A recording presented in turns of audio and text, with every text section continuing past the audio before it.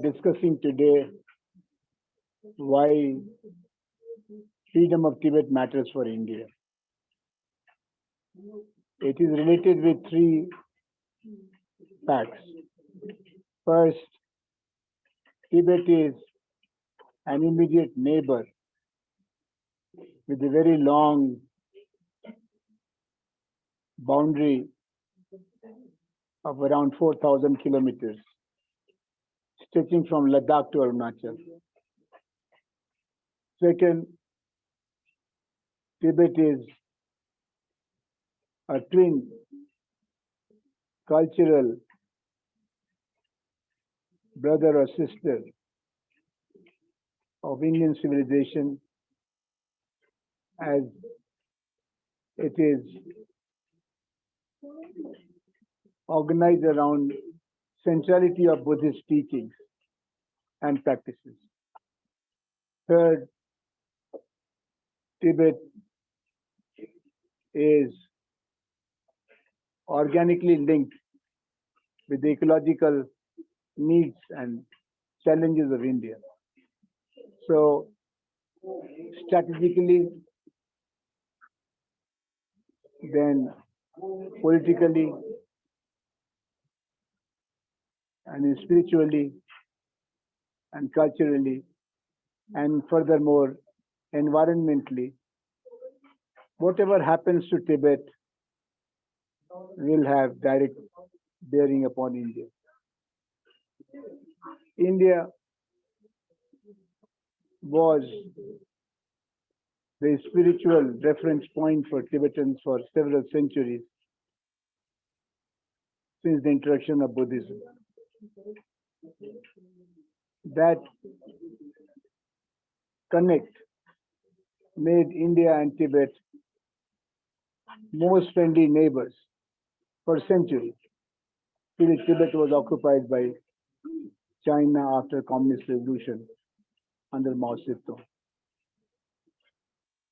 The relation between India and Tibet before Chinese occupation and after Chinese occupation are very contrasting. Prior to Chinese occupation, Indo-Tibetan border area was one of the most peaceful, most intense, and most benefiting relationship between two countries anywhere in the world. After the Chinese occupation,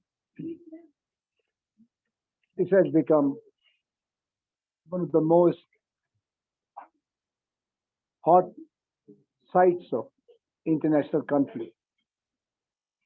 It began in 1962, and very recently in Galwan Valley, the Chinese and Indian soldiers killed each other.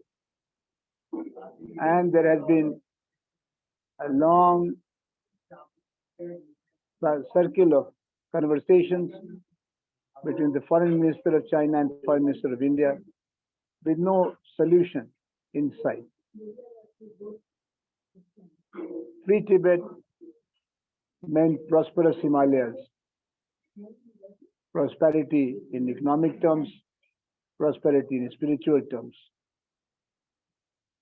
Now, occupied Tibet is a source of drain of our monetary strength. It has become a pain for a long number of years since 1962. It has also made China and India, two great civilizations of Asia, very hostile to each other. So it is believed that the road to peace between China and India goes through free Tibet. Unless Tibet is free, we will have no guarantee for peace between India and China. Why? Because Tibet has been a traditional buffer zone, buffer state. which was like guru or patron of the Chinese rulers, and chela or disciple of Indian civilization because of the Buddhist connection. What we heard today from this activist scholar from Assam is very meaningful. We will hear more from another eminent journalist of India, Sri Chandrabhushan, who had the good fortune of visiting Tibet as well as interacting with the Tibetans in exile in India. I request Randhir Gautamji to reconnect us with Chandrabhushanji so that we can hear him. Randhir Gautamji. Thank you so much, sir. Thank you so much for sharing your insight about how Tibet served as an effective buffer state between the world's two most populous nation, India and China, and ensuring peace and tranquility in the region. I think free Tibet के कई मायने हो सकते हैं, कई अर्थ हो सकते हैं।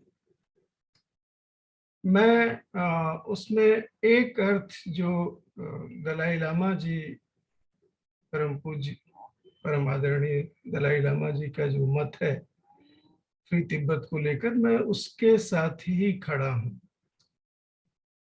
उसका अगर कोई राजनीतिक अर्थ है तो उस राजनीतिक अर्थ को लेकर मेरी दुविधा है और मेरी असहमति है।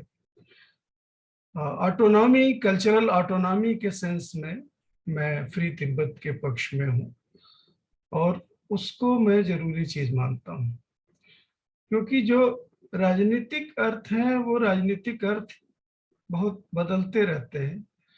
नवनीता जी ने जिक्र किया जो बर्ड ऑफ असम, तो जो उनका मशहूर जो गीत है भूपेन हजारिका जी का, नूतन दिनेर जनेर प्रतिध्वनि सुनी, वो बेसिकली नूतन चीनेर जनेर प्रतिध्वनि सुनी रहा है। शुरू में नए चीन के लोगों के की प्रतिध्वनि और उनकी पदध्वनि सुनता हूँ।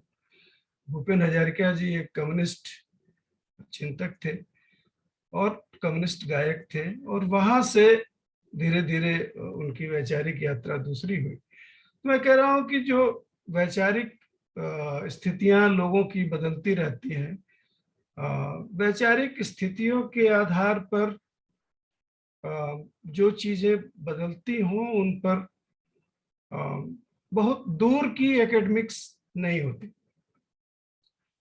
फ्री तिब्बत से तात्पर्य जो कल्चरल ऑटोनॉमी से है, और मैं उससे पूरी तरह सहमत हूँ।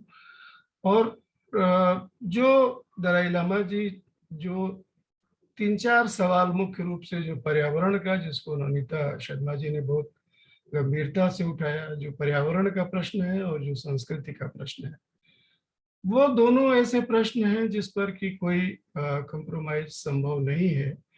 वो किसी भी समाज को, किसी भी संस्कृति को, किसी भी एथनिसिटी को उस पैमाने पर, उस कसौटी पर आजाद होना चाहिए, और वो तिब्बत को भी होना चाहिए। एक छोटा सा अनुभव मैं अपना निजी इस बारे में शेयर करना चाहूँगा, फिर हम लोग मुद्दे पर आएंगे। जिस समय तिब्बत के दौरे पर मैं गया हुआ था, तो वहाँ ल्हासा में एक 8वीं क्लास के एक क्लासरूम में हम लोगों को लेकर गए। तो वहाँ बहुत एनिमेटेड ढंग से एक शिक्षिका कुछ पढ़ा रही थी, तो मैं बैठ के देखने लगा। जो तिब्बती भाषा की वो क्लास चल रही थी, तो मैं देखने लगा कि क्या चैप्टर पढ़ाया जा रहा है। तो चूंकि मुझे न चीनी समझ में आती थी न तिब्बती समझ में आती थी, बस एक तस्वीर मुझे दिख रही थी। मैंने पूछा कि ये किसके बारे में पढ़ाया जा रहा है, ये क्या विषय है, जो आज क्लास चल रही है इसका विषय क्या है। तो ऐसी स्थिति हुई कि जो जो हमारे साथ चल रहे थे इंटरप्रेटर, उनको तो कुछ नहीं पता था। जो तिब्बत के जो शिक्षा मंत्री जैसी स्थिति में थे, उन तक को नहीं पता था कि ये पढ़ाया क्या जा रहा है, यह किस चीज के बारे में पढ़ाया जा रहा है। फिर जब क्लास खत्म हो गई, फिर हमने सीधे टीचर से ही बात किया कि आप किस चीज के बारे में पढ़ा रही थी, क्या ये मामला था। तो उन्होंने कहा कि गेंदुन चुफेल नाम के जो बुद्धिजीवी हुआ करते थे, ये उनके बारे में यह पाठ था, यह चैप्टर था। और वो 1951 में अपनी डेथ से पहले वो वर्ल्ड कम्युनिकेशन के पक्षधर थे कि पूरी दुनिया के बीच में संवाद होना चाहिए, और इसके आधार पर यह पाठ था।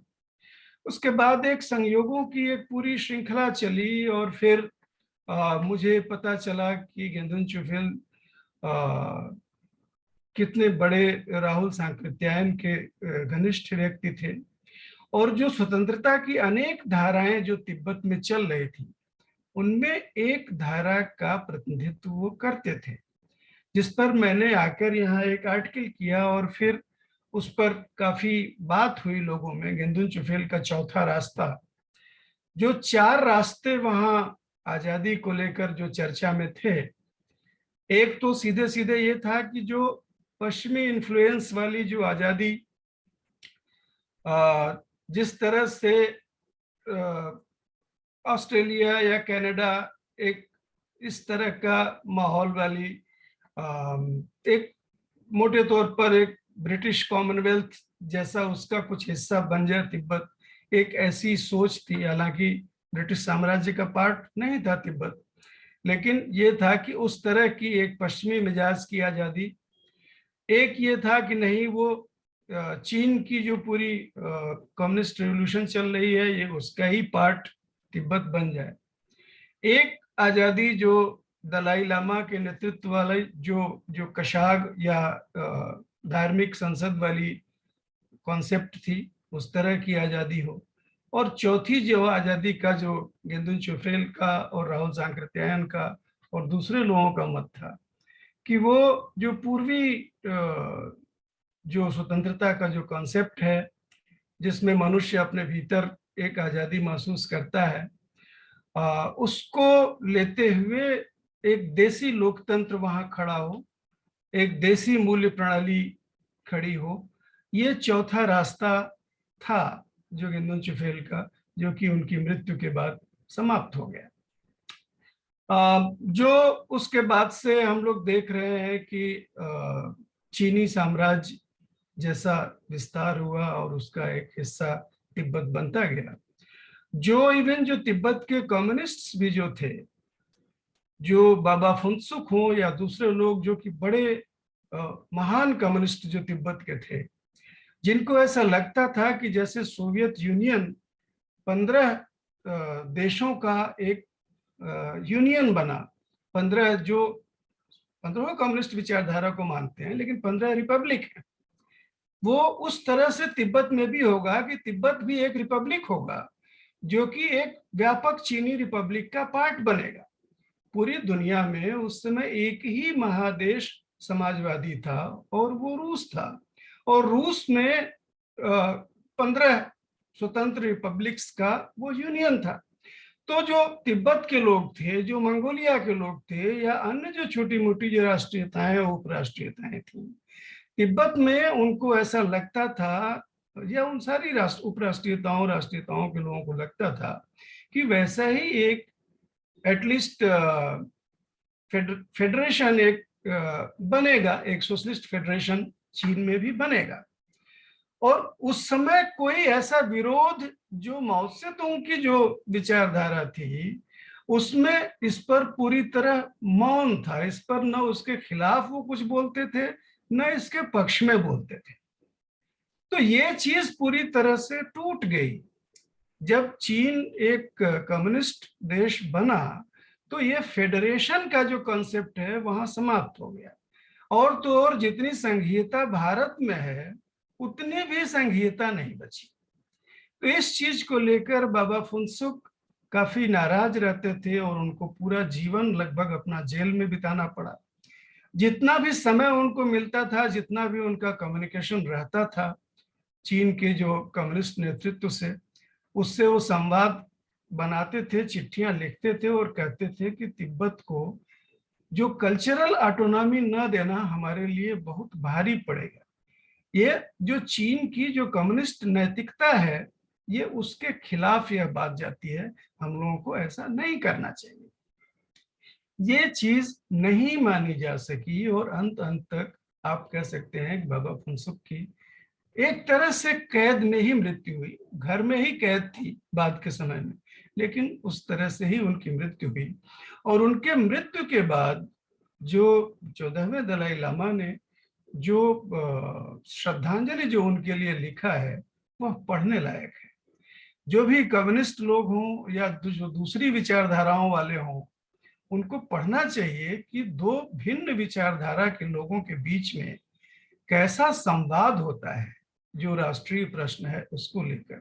वो इतना सुंदर, इतना मार्मिक पत्र है। अपनी किताब में मैंने उस पत्र का जिक्र किया है, उसका अनुवाद भी मैंने प्रस्तुत किया है। उसमें वो पढ़ने लायक है। उसमें वो लिखते हैं कि मैं जो कुछ भी जानता हूं मार्क्सवाद के बारे में, वो बाबा फुनसुक के जरिए ही जानता।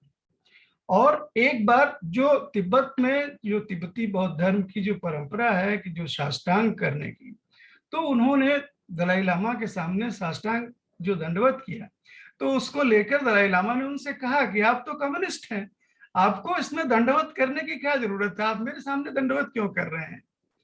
बाकी लोग करें तो समझ में आता है, आप क्यों कर रहे हैं? तो बाबा फुनसुक ने उनसे कहा कि कम्युनिज्म जो है ये कपड़े लत्ते और आचार व्यवहार के बारे में नहीं है।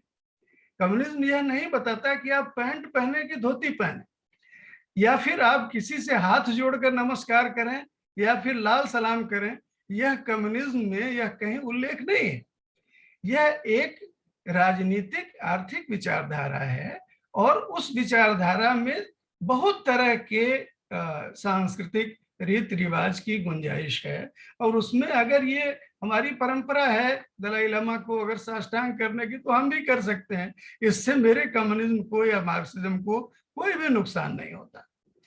तो ये जो चीज है कि एक तिब्बत एक राष्ट्रीयता है, एक राष्ट्रीय संस्कृति है, यह एक न्यूनतम स्वीकृति जो कि आप कह सकते हैं कि जो शुरू में चीनी कम्युनिज्म में भी थी, जिसका कि जिक्र भी बार बार आता है, बाद के कम्युनिस्ट नेताओं में भी आता है, अब उसकी चर्चा होनी बंद हो गई है, अब उस पर बात भी नहीं होती। यह चीज बहुत दुर्भाग्यपूर्ण है। और ये आप सोचिए, भारत में इतना बड़ा कम्युनिस्ट मूवमेंट है, इस सवाल पर फेडरलिज्म के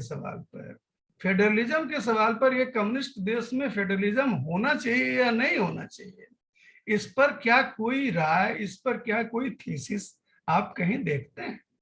भाई सोवियत यूनियन में तो एटलीस्ट 15 रिपब्लिक थे ना, ऐसे चीन में क्यों नहीं हो सकते? उसमें क्या दिक्कत है? और क्यों लगातार वो चीज बहस से बाहर होती चली जा रही? तो मेरे लिए तो यह कम्युनिस्ट मूवमेंट के भीतर भी, कम्युनिस्ट आइडियोलॉजी के भीतर भी एक डिबेट का ये मसला है। और वैचारिक रूप से मैं इसको मानता हूं कि कल्चरल ऑटोनॉमी ये कम्युनिज्म के लिए भी एक जरूरी चीज होनी चाहिए। यह एक मस्ट है। अगर आप हर तरह की आजादी की बात करते हैं, एक स्वतंत्र मनुष्य की बात करते हैं जिसकी स्वतंत्रता के विविध आयाम होंगे, तो फिर आप इस बारे में क्यों नहीं बात करते? यह तो एक मिनिमम चीज गवर्नेंस का, किसी भी बड़े देश के गवर्नेंस का ये फेडरलिज्म एक मिनिमम चीज है। इसको नेपाल में कम्युनिस्टों ने स्वीकार किया, शुरू में उनको नहीं समझ में आता था, बाद में इसको उन्होंने स्वीकार किया। और जैसा भी नेपाल का कम्युनिज्म है, लेकिन वहां फेडरलिज्म को अफोर्ड कर रहे हैं। ये चीज चीन में क्यों नहीं हो सकती? तो बहरहाल जो हम लोग इस पर बात कर रहे थे कि जो फ्री तिब्बत ये भारत के लिए क्यों जरूरी है, कल भी जो एक अलग मंच पर जो चर्चा हुई थी, एक अर्थ में आप कह सकते हैं कि तिब्बत जो है वो भारत का अभ्यंतर है। जो आभ्यंतरिक तत्व है जो भारत का, वह तिब्बत से सीधे जुड़ा है। भारत का जो अभ्यंतर है या भारत की जो भी आत्मा की जो कल्पना की जा सकती है वह बुद्धिज्म को छोड़कर नहीं की जा सकती है। ये हमारा दुर्भाग्य है कि जैसे जैसे हमारे देश का दक्षिणपंथी रुझान बढ़ा है वैसे वैसे बुद्ध चर्चा में तो युद्ध नहीं बुद्ध चाहिए वगैरह चीजों के जरिए, पॉपुलिस्ट चीजों के जरिए बात उठती रहती है, लेकिन बुद्ध के जो जीवन मूल्य हैं, बुद्धिज्म की जो बहुत बेसिक चीजें हैं, जैसे एक व्यक्ति को व्यक्ति मानना, मनुष्य मानना, एक व्यक्ति को हायरार्की के ढांचे में न ढाल कर देखना, ये एक बेसिक टेनेट है बुद्धिज्म का। वो चीज धीरे धीरे हमारी पहुंच से, हमारी पकड़ से दूर होती जा रही है। तिब्बत में मैं वो उम्मीद देखता हूँ। तिब्बत में जो भारत का जो बुद्धिज्म इतिहास है उसके रिवाइवल की कोई भी अगर संभावना है, जब भी भारत का मनुष्य खड़ा होगा, जब भी भारत का मनुष्य अपनी आजादी के लिए अपने जो भी जकड़ने उसको डाल के जो जाति की और वर्ण की जो लगातार उसको कसती जा रही है, जब भी इससे मुक्त होने के लिए खड़ा होगा, अपने बौद्ध अतीत की ओर वो जाएगा, उसको खोजेगा, और वो कहीं किसी एक जगह पर जीवंत रूप में अगर मौजूद है तो पूरी दुनिया में बुद्धिज्म फैला हुआ है, लेकिन जो तिब्बत में है वो जो यहाँ के ग्रंथ हैं बहुत सारे जो डिबेट्स हैं वो तिब्बत में अभी भी जीवित हैं। आप तिब्बत में आप जो निर्वासित तिब्बत है जो मैक्लोडगंज में सारे लोगों की रुचि होती है वहां उसकी संसद देखने में। मैं भी संसद देखा, लेकिन मेरी उससे ज्यादा रुचि थी वहां की लाइब्रेरी देखने में, वहां का पुस्तकालय। जो मैक्लोडगंज में जो पुस्तकालय है, मेरे ख्याल से तो वो जो निर्वासित तिब्बती संसद है वो उससे भी बड़ी संस्था है, उससे भी ज्यादा महत्वपूर्ण संस्था है, क्योंकि वहां आप जाते हैं और आपको लगता है कि आप 1200 साल के इतिहास में सांस ले रहे हैं, ऐसा लगता है। तो अपनी संस्कृति के लिए और अपने पर्यावरण के लिए, क्योंकि आप जो भारत का पर्यावरण है, जो पाकिस्तान का पर्यावरण है, जो बांग्लादेश का पर्यावरण है, वो तिब्बत के साथ अभिन्न रूप से जुड़ा हुआ है। यह एक ही हाइड्रोलॉजी का हिस्सा है। आप सिंधु का पानी रोक देंगे और बार बार आप ये चीज कहते हैं पाकिस्तान के संदर्भ में, ये चीज ऐसी है कि शर्म से डूब कर मर जाने लायक है। आप पाकिस्तान का पानी रोक देंगे और चीन आपका पानी नहीं रोकेगा, ये इस तरह की चीजें तो दुनिया में नहीं चलती हैं। एक सीधी सी बात है कि एक हाइड्रोलॉजी है और उसके कुछ नियम कानून है पूरी दुनिया में, उसका अनुसरण करना चाहिए और उसको ईमानदारी से करना चाहिए। तो ऐसे अनेक, एक चीज मैं और कह के अपनी बात खत्म करना चाहता हूँ। लहासा में ही हम लोगों की एक बैठक थी, बहुत सारे जो तिब्बत में इंडस्ट्री खड़ी कर रहा है चीन, ऐसा तिब्बत का ऐसा हमारे इंटरप्रेटर्स का बताना था जो चीनी नेतृत्व के बारे में। बहुत लंबी चौड़ी बात हुई, चर्चा हुई, और उसके बाद जो हमारी जो पूरी टेबल थी उसमें 100 मिलीलीटर की जो पानी की बोतलें हैं उसका ढेर लग गया। मैंने कहा कि ये तिब्बत है, ये इसका पानी ही जो भारत, पाकिस्तान और बांग्लादेश के पूरे पानी की जड़ है, जिस पर हमारी पूरी हाइड्रोलॉजी खड़ी है, और वहां इतना कचरा, इतना प्लास्टिक आप जमा कर रहे हैं, और इसका आप करेंगे क्या? ये क्या हमारे लिए सोचने की बात होनी चाहिए, आपके लिए सोचने की बात नहीं है। तो ऐसी चीजें जो बहुत सारी जो दीदा दिलेरी है, जो बहुत सारी लापरवाही का जो कष्ट देती है, दिल को दुख देती है। मैं ये नहीं कह रहा हूं कि सचेत किसी विलेनियस ढंग से चीन इसको कर रहा होगा, ये सब आधुनिकता के दंड हैं, जिसको कि इतने डेलिकेट,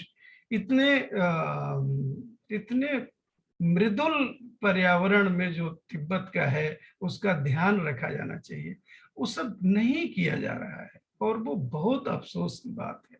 ऐसे ऐसे इलाके जो जो याक की जो मूल जगह है, जहाँ जंगली याक पूरी दुनिया में अकेली जगह में पाया जाता है, जो कि आप कह सकते हैं कि लद्दाख से लेकर और अमदो तक का जो तिरछा जो रास्ता है वो निर्जन इलाका है, वहां इंसान नहीं रहते, बहुत ऊंचा, और जंगली याक वहां पाया जाता है, वहां पर फौजी छावनियां बना रहे हैं। इस सब का बहुत नुकसान होता है, इस सब का दंड इतिहास को भुगतना पड़ेगा, ये सिर्फ भारत को नहीं पूरी पृथ्वी को भुगतना पड़ेगा। तो इस अर्थ में मैं फ्री तिब्बत की जो सोच है उसके मैं साथ हूँ, और वो पूरे विश्व की पूरी पृथ्वी की जरूरत है, वो सिर्फ भारत की और हमारी जरूरत नहीं है। मैं इस सुर में सुर मिलाना चाहूंगा साथ में। बहुत बहुत धन्यवाद। क्या मैंने ज्यादा समय तो नहीं लिया?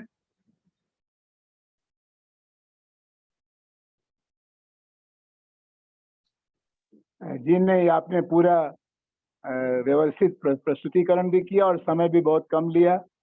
आपने तो पूरी किताब लिखी है, और जैसा आपने एक विशेष नुक्ता बनाया स्वतंत्रता के संदर्भ में और दलाई लामा के दृष्टिकोण से अपने दृष्टिकोण को जोड़ा, ये बहुत प्रशंसनीय बात है। बहुत धन्यवाद चंद्रभूषण जी, बहुत धन्यवाद। बहुत ओवर टू रणधीर जी। जयंत जी जुड़ गए हैं।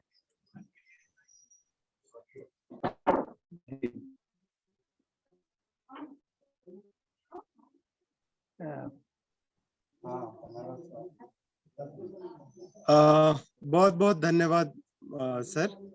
I think we are running out of the time, and after listening to Chandra Bhushan ji, I don't have anything to say, but I want to recite a poetry which give a sense of suffering of Tibetan. There is a poet called Theo Contastenio who write a poetry by the title called My Tibetes. He writes, 39 years in exile, yet no nation supports us, not a single bloody nation. We are refugees here, people of a lost country, citizen to no nation, Tibetans, the world's sympathy stock, serene monks and bubbly traditions, bubbly traditionalists. 1 lakh and several thousand odd, nicely mixed, stepped in various assimilating cultural hegemonies. At every checkpost and office, I am an Indian Tibetan.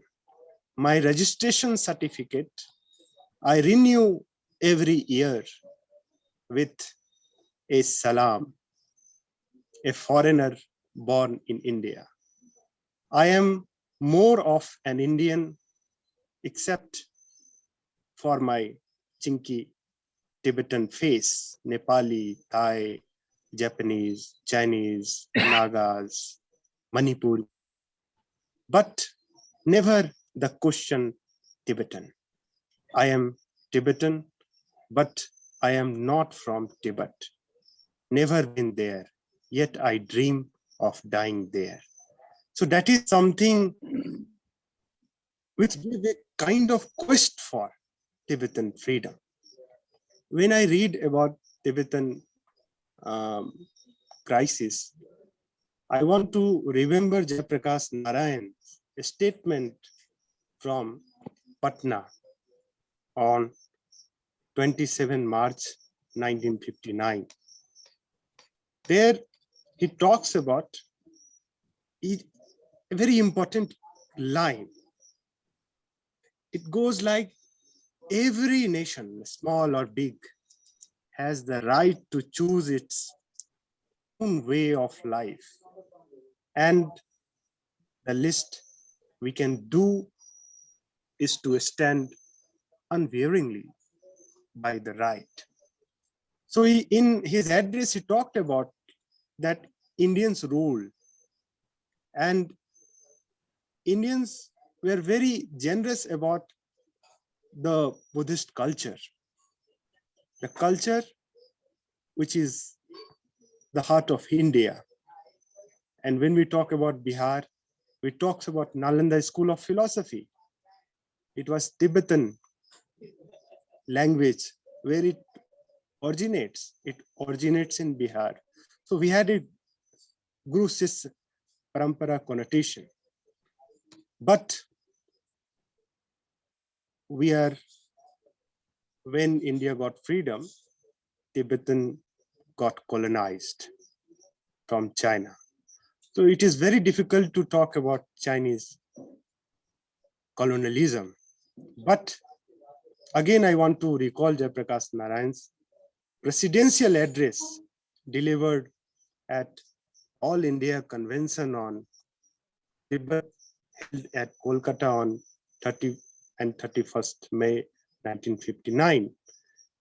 And he said to Acharya Kripalani ji about the way of liberation. He talks about what are the problems, what are the challenges, and what are the policy born in sin, conflict of policies, and a question of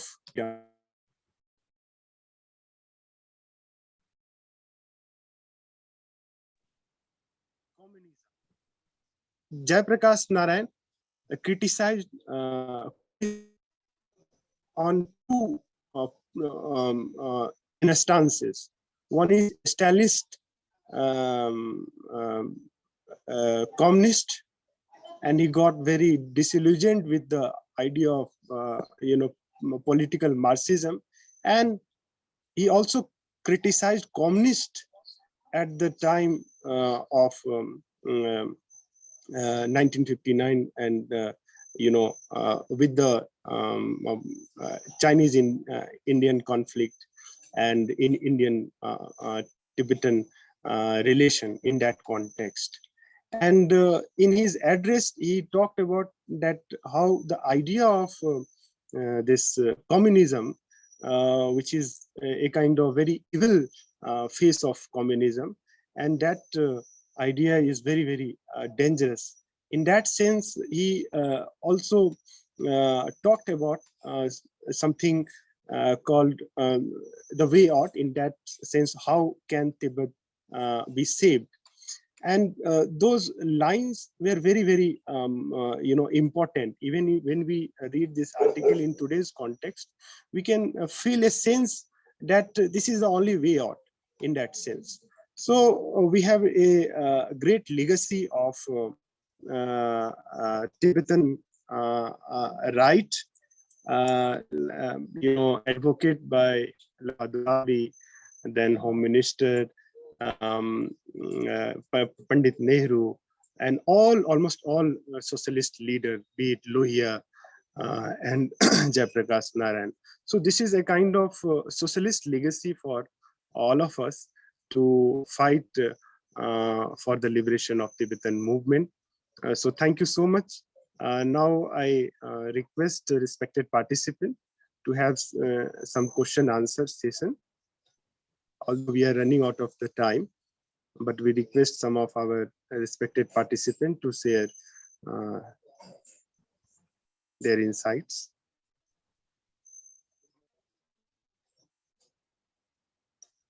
We can initiate this discussion from Professor Gyan Glui.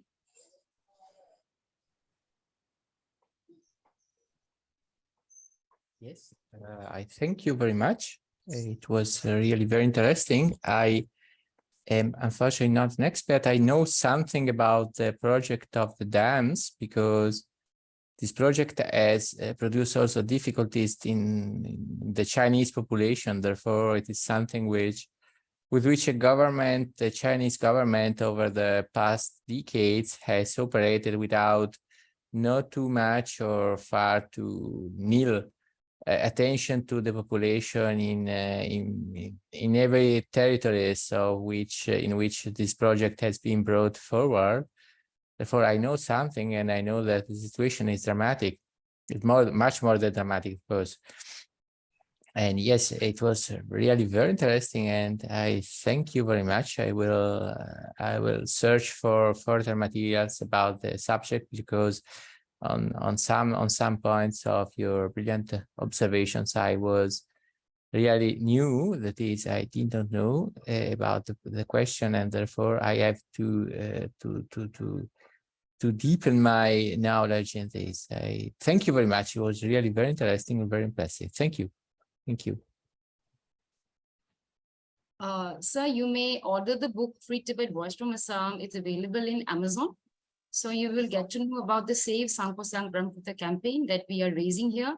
It's a river conservation campaign. It is an ecological campaign which has this political elements in it because it is connected with the Tibetan freedom movement.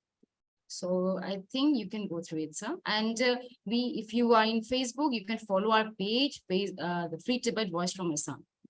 So we keep our page updated. We have written matter also there. You can go through it, sir. And thank you so much, because it is a global issue. Actually, it is one of the biggest global issue, ecological issue. Thank you so much, sir. मैं आदरणीय Jayant Singh Tomar sir से निवेदन करूंगा कि वो भी अपना कुछ वक्तव्य दे।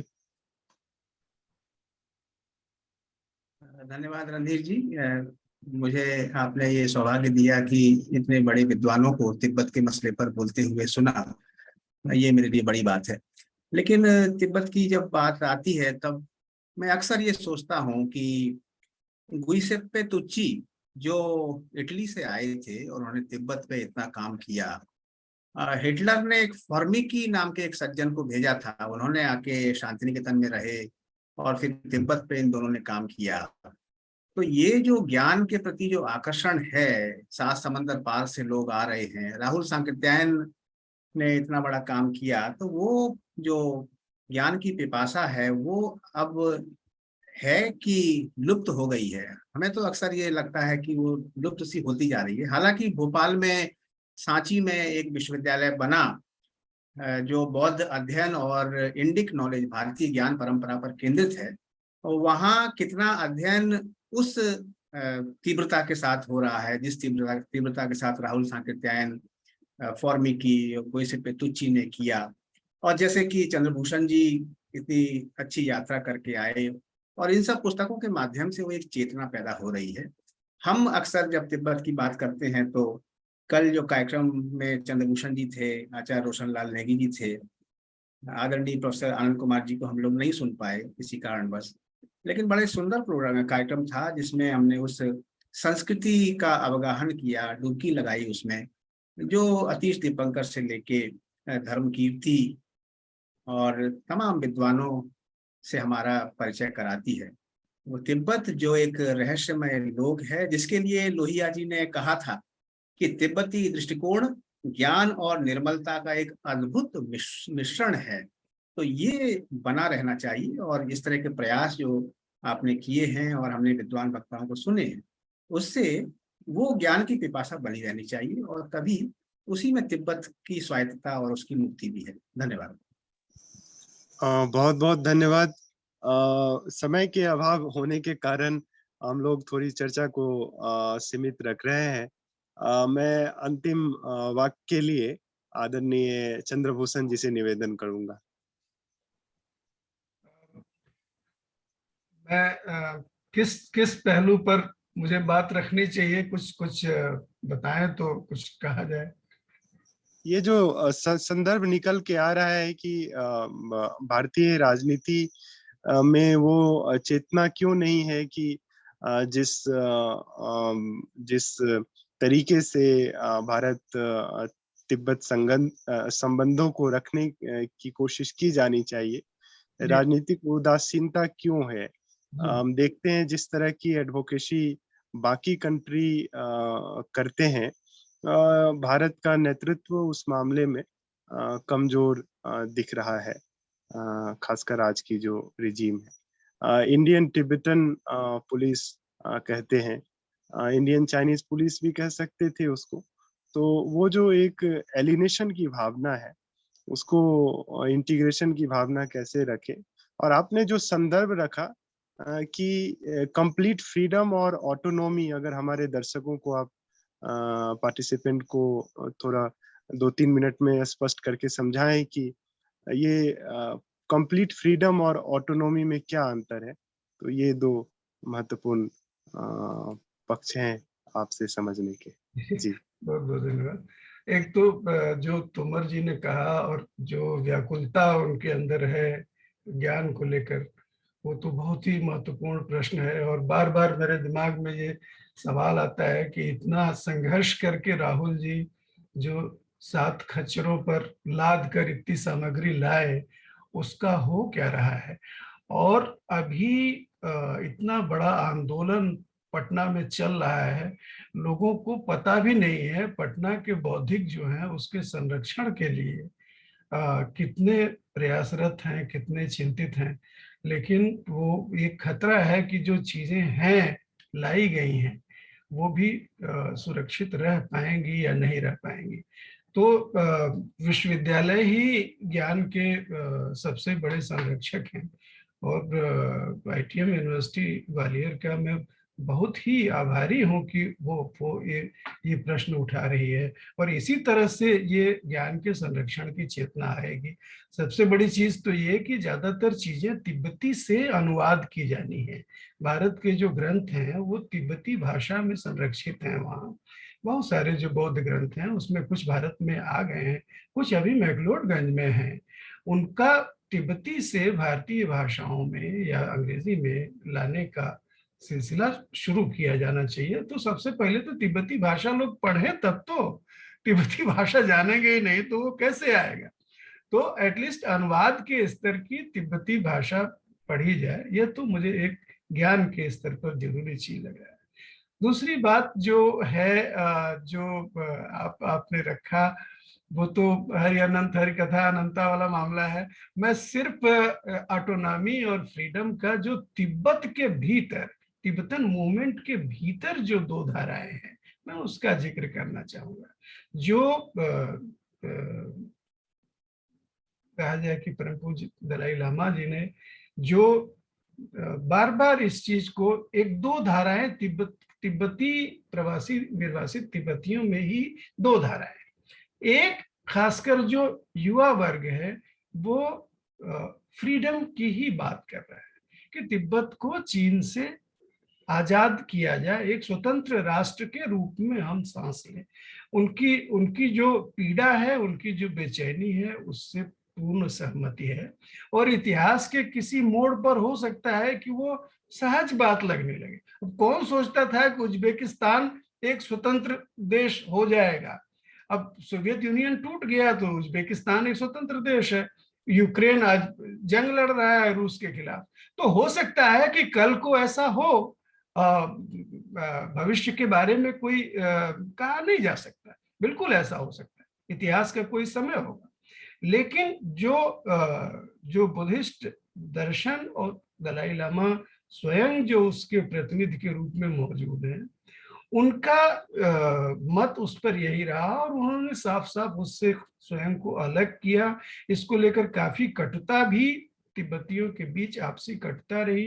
एक समय तो ऐसा हुआ कि चुनाव जो निर्वासित तिब्बती संसद के इस मुद्दे पर हुए और काफी टकराव की स्थिति रही। लेकिन अभी कुछ एक लोगों को छोड़कर ज्यादातर जो कल्चरल ऑटोनॉमी का प्रश्न है कि सांस्कृतिक स्वायत्तता तिब्बत की पूरी तरह से हो, उसकी जो भाषा, उसकी संस्कृति, इसको संरक्षित किया जाए।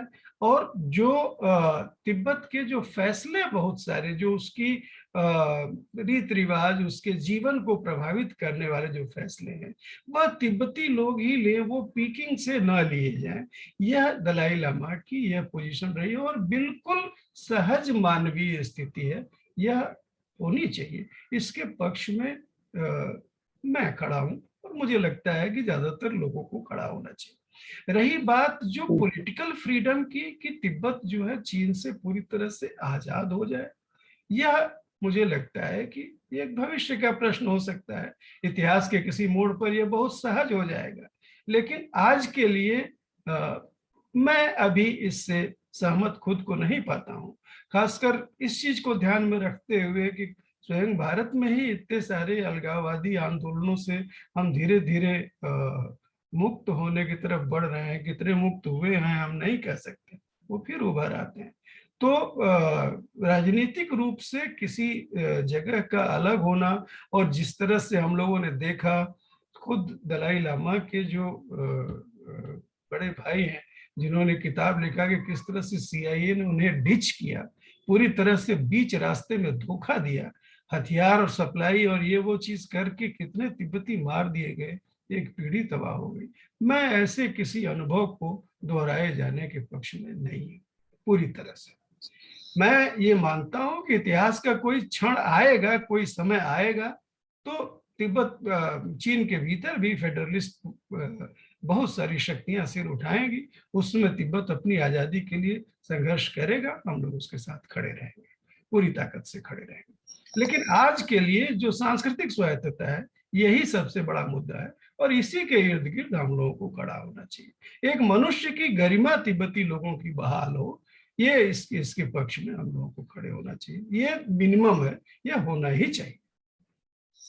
बहुत बहुत धन्यवाद चंद्रभूषण जी, आपकी इसी आशावादी सोच को हम सब लोग साझा करते हैं।